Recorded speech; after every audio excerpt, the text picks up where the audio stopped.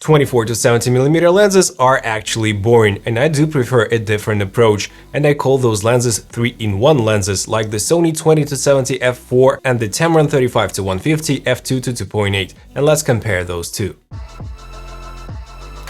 What's good guys, my name is Oleg Nikitin and you're watching No Limits On channel. 3-in-1 lenses, what do I mean? Let's start with the Sony 20 to 70 f4. Obviously it does replace a 24 to 70mm lens, that's the first one. Then it has the 20mm focal length and it replaces the 16 to 35mm lens, and for my use case 20mm is more than enough for ultra wide angle shots. Of course 20 is not as wide as the 16, but to be honest guys, I wasn't suffering at all with a 20mm on a wide end in my entire kit. I also did buy the Viltrox 14mm f4 just in case, because it's super cheap and super lightweight. But to be honest, I'm not actually using it right now because it's arriving in a few weeks, and I'm more than satisfied with 20mm. And also the third lens in this 20 to 70 is a macro lens at 70mm. Just take a look at this footage of my eye shot with this 20 to 70mm f4 lens in full frame mode, and if I were to apply the APS-C crop of the Sony a7 IV, it would be an almost 1-to-1 macro reproduction with this lens. Super nice combo and 3-in-1 lenses with this single unit. And the Tamron 35 to 150 is also replacing 3 lenses. It's a 24 to 70-ish lens, let me say, because 35 is of course not as wide as 24, but still it is really similar to 24 to 70 focal length in this lens. Also, we have a 35mm f2 prime lens built into this lens, because at 35 it is an f2, and I've been shooting my talking head parts at the f2 35mm by Bokeh for almost 2 years, and it's really nice to have a 35 prime inside of this beast of a lens. And also the third lens is obviously a replacement for your 70 to 200 f2.8 lens, and guys, the difference between 150 and 200mm is actually not that huge as it might sound. Like 50mm is a ton.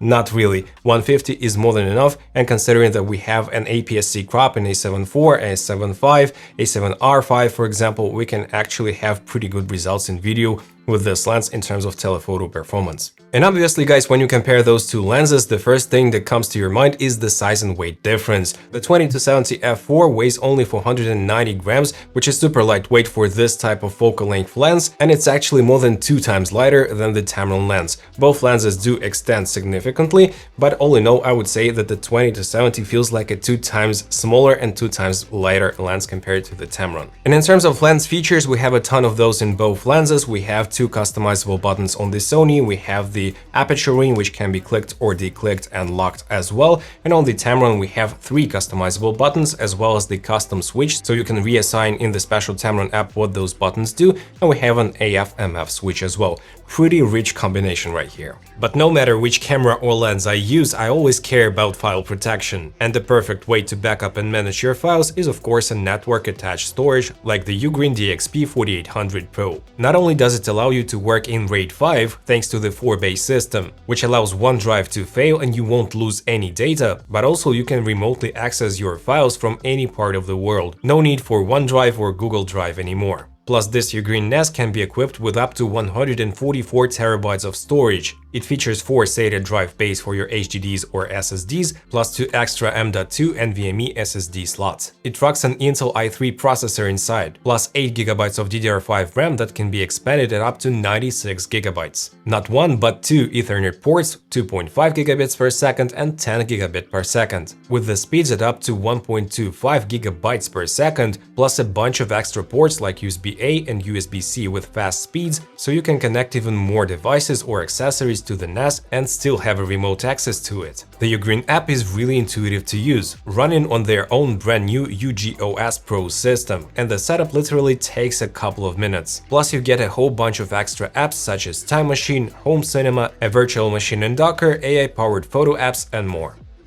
And thanks to 10 gigabit Ethernet port and SMB protocol, the NAS appears just like an external drive on your computer, and you can actually edit multi-stream 4K RAW projects locally, directly off of the NAS in real time with zero stuttering, saving you tons of internal space on your laptop. And when you're considering a long-time usage of the Ugreen DXP 4800 Pro over a service like Google Drive, in a few years it'll actually start to bring you money by saving up cash on cloud services, because now you are running a backed up cloud service yourself. And you can even access all of your files from a smartphone. I'll leave a link to this Ugreen NAS in the description below. Thanks Ugreen for sponsoring this video. And now let's compare the focal length, and we'll start with the wide angles, 20mm on the left, 35mm on the right. And the difference is really huge, no matter that it's only 15mm. 35mm is a lot tighter, and in many reportage style shoots, 20mm is just a no-brainer. But at the telephoto end, the difference is more than 2 times, 70mm versus 150mm,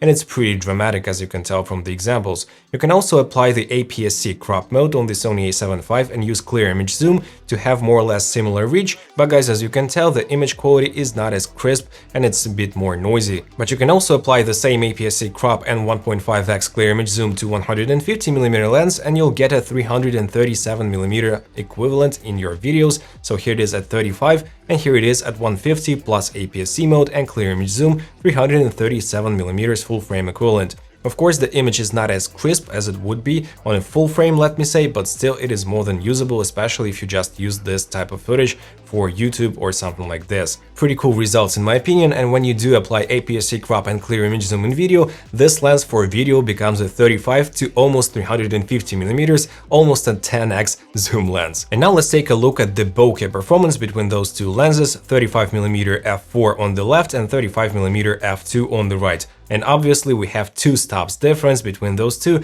and we have a ton more bokeh on the right. It's a little busy in my opinion with the Tamron lens, but still it looks pretty fine. At 70mm we're stopped down to f2.5 on the Tamron, but still we have a lot more bokeh, more than 1 full stop of light with this lens. At 150mm f2.8 we get pretty nice and dramatic subject separation, and as you can tell it looks really stunning. A bit busier than I thought it would be. With the Tamron it has 9-bladed aperture, but still looks really nice. And one more thing guys, if you apply APS-C crop plus clear image zoom to get about 157mm equivalent focal length on the 20-70 f4 lens, the bokeh also should be multiplied. So we multiply f4 to 1.5 and to 1.5 once again, and we get an equivalent of an f9 lens, 157mm. So here it is on the right, f2.8 150mm, and the equivalent of 157mm f9 on the 20-70 f4 on the left. And now guys, we're taking a look at the vignette performance, f2.0 on the Tamron, f2.8, then f4, and then f5.6. We get pretty severe vignette at f2, but by f2.8 and especially f4, it's getting resolved completely. And here it is at 20-70 at 35mm, f4, and then here it is at f5.6, just slight vignette, pretty good results wide open on the 20-70 f4. Now let's switch to 70mm, and we have a pretty dramatic distortion on the 20-70, and the vignette is almost non-existent with this lens.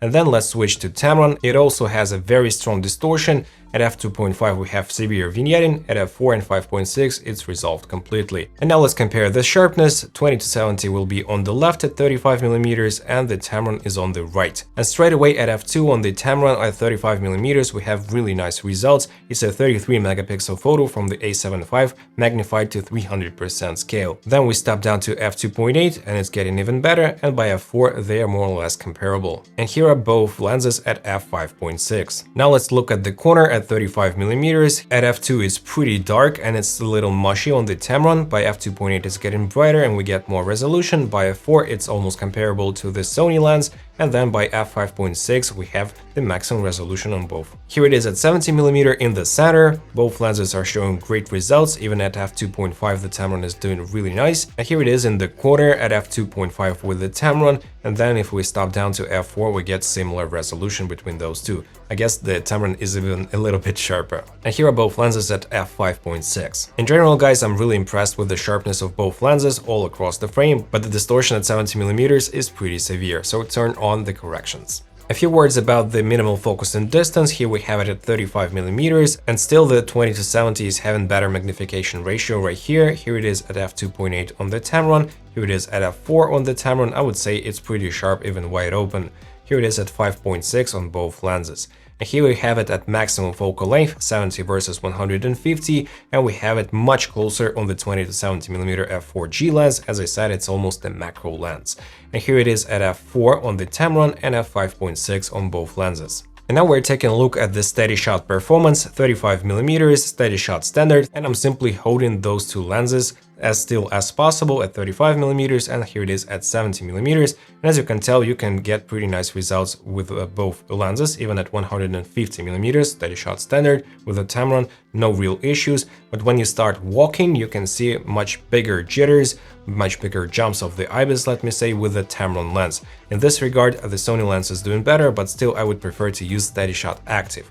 For slow panning at 70mm, we get better results with the native Sony lens, and on the Tamron you get pretty jerky movement. And if you try to pan as slow as possible with 150mm, you can get decent results if you do stabilize it in post a little bit, but if you start to pan a bit faster, you'll get pretty jerky movements. So here it is at 35mm steady shot active with my best ninja walk, and as you can see from this example, Sony 20-70 is almost like gliding through the air, and the 35-150 is having some severe jitters, let me say.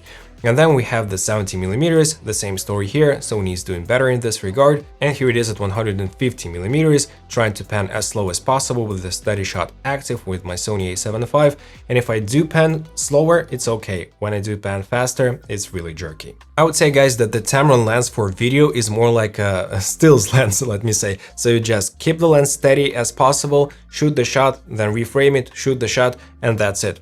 On video, I mean, because if you try to pan with this lens, you do need a tripod or at least a monopod. A few words about chromatic aberrations. Here it is at f4 70mm on the left and 70mm f2.5 on the Tamron on the right, and I simply don't see any major issues with each lens.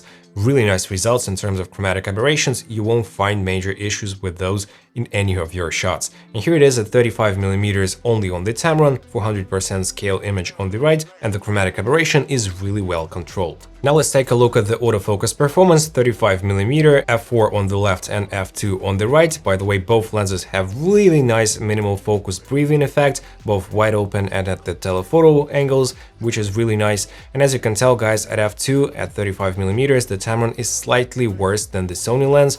I would say it's like 8 out of 10 for Tamron and 10 out of 10 for the Sony lens, because it's a native lens with really fast motors, and we also have the Sony a7 IV, the best autofocus in the Sony cameras right now, maybe slightly worse than in the Sony R6, but still it's pretty nice. And here we have the 70mm, f2.5 on the Tamron and f4 on the Sony. Pretty nice results at the telephoto and on the Tamron, because as you can tell, it is capable of tracking my eye without really getting out of focus a ton. So in this regard, I'm really impressed with the autofocus on the Tamron, considering that it's not a super new lens. And here it is at 150mm f2.8 with the maximum AF speed and sensitivity as in the previous tests as well. And I'm really impressed with the Tamron. As you can tell, I can run towards the lens and it can catch my eye really easily, no out of focus areas. I can turn with my back towards the camera, I can run even faster towards the camera, so it's even suitable for some kind of outdoor sports or even indoor sports for video. I'm really impressed, as I said multiple times already. But guys, in terms of the flare performance, it's definitely on the Sony side, because the Tamron, especially at 35mm f2, it loses a lot of contrast, and we have a ton of different flares because of the construction of this lens and how many focal lengths are inside, how many glass elements are inside. And in general, I would say that it's like a 5 out of 10 performance on the Tamron and like 9 out of 10 on the Sony side. At 70mm f2.5, we also have a pretty dramatic loss of contrast and pretty severe flare performance. And finally, let's take a look at 150mm f2.8. The flare is huge, so I would definitely use a lens hood with this lens and probably avoid shooting in backlight situations a ton. And as you can see, we lost a ton of contrast.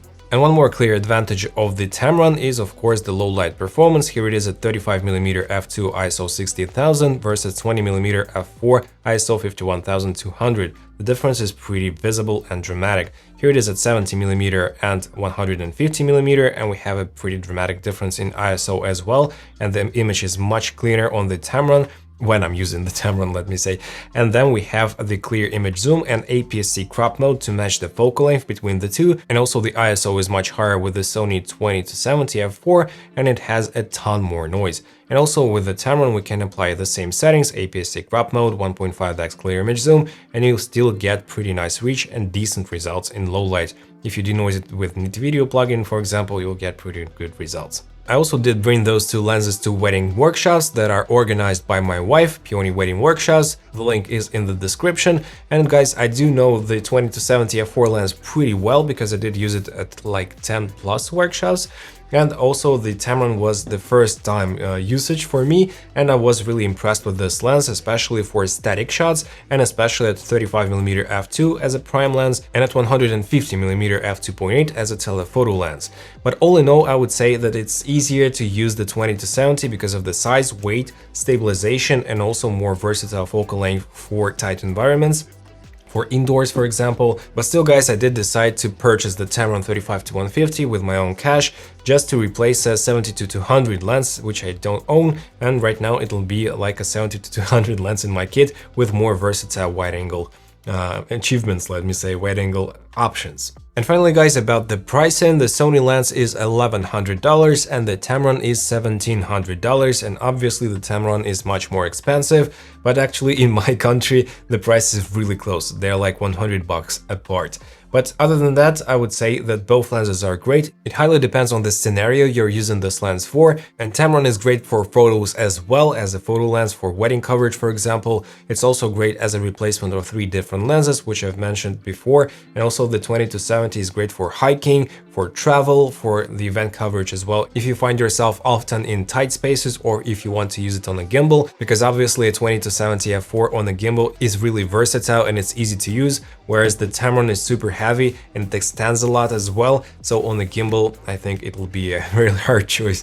Maybe like RS5 will carry it, but your back will get tired really fast. And I'm really curious to know, guys, which lens would you prefer for your particular needs, the Sony or the Tamron? Please let me know down in the comment section below. If you did enjoy this video, smash the like and subscribe buttons and hit the notifications bell. And right here I have my full in-depth review of the Sony 20-70mm f4G lens, one of the best 24-70-ish lenses for Sony cameras right now. See you in that video, guys. Take care.